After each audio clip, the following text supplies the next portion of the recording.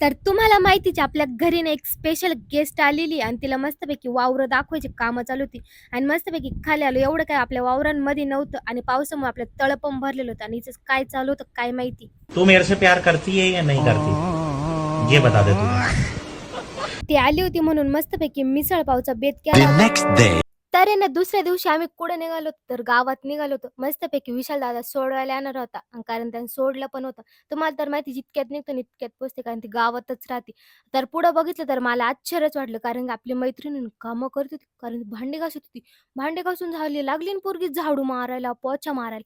म्हटलं आम्ही असल्यावर कामं करते काय बरे बरे आणि मी बसल्या मला समोर काय दिसलं तर साईबाबांचा फोटो दिसला. कमेंटमध्ये ओम साईराम नक्कीच म्हणा तुम्ही. आणि इकडे तिच्या बहिणीच्या चिटकुल्या आल्या होत्या इकडे मस्तपैकी आणि तुम्हाला तर माहितीच आहे आजकालची पोरं सारखी बोलत आणि तिचं गाणं आहे ना जॉनी जॉनी मला कमेंटमध्ये नक्की सांगा ते पण तुम्हाला कसं वाटलं. लय भारी म्हणती व पोरगी. Johnny, Johnny, eating sugar, mama, telling lies, mama, open your mouth.